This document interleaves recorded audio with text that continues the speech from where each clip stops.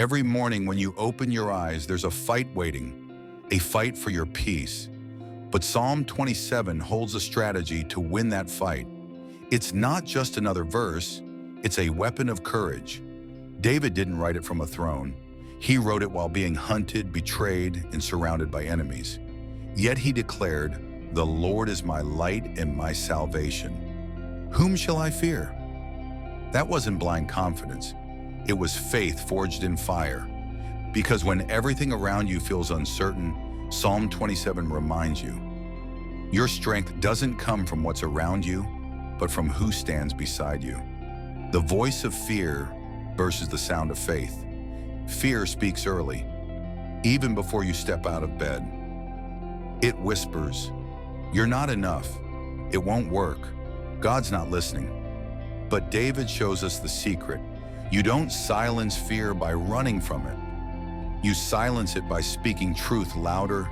He said, "Though an army surrounds me, my heart will not fear." That's not denial. That's defiance. He refused to let fear decide what was real. He chose to focus on faith instead of feelings.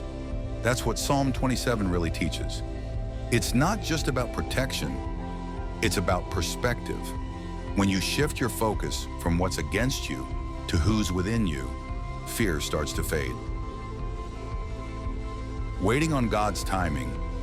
One of the most difficult and powerful lines in Psalm 27 says, "Wait for the Lord, be strong and take heart, and wait for the Lord." Because waiting feels like nothing's happening.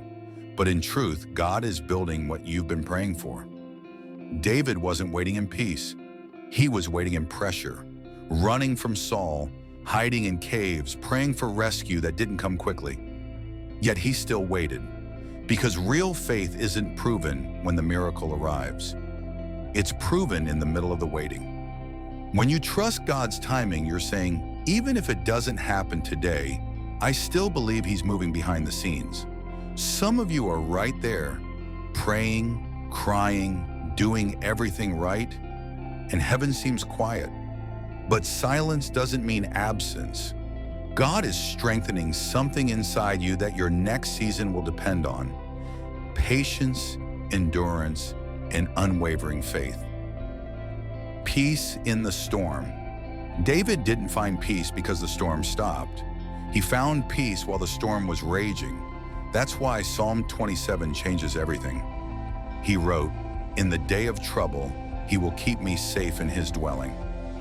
David knew God doesn't always remove the battle. Sometimes He strengthens you to walk through it untouched. Peace isn't the absence of chaos. It's the presence of trust. So when anxiety rises, don't run. Respond with faith.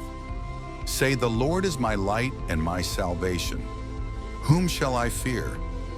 Say it until peace replaces panic. That's not repetition. That's renewal.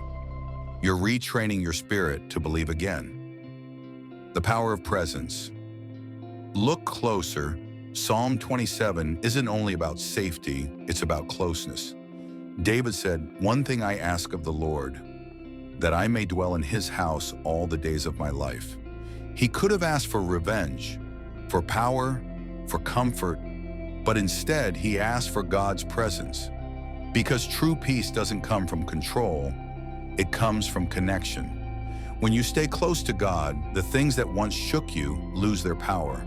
Your mind grows quieter, your spirit grows stronger. And instead of reacting to fear, you start resting in faith. So before you start your day, don't just ask God to fix what's around you. Ask Him to fill what's within you. Because when His presence goes before you, everything changes. Light over darkness. Psalm 27 begins with this truth. "The Lord is my light and my salvation. Whom shall I fear?" That's not poetry. That's spiritual warfare.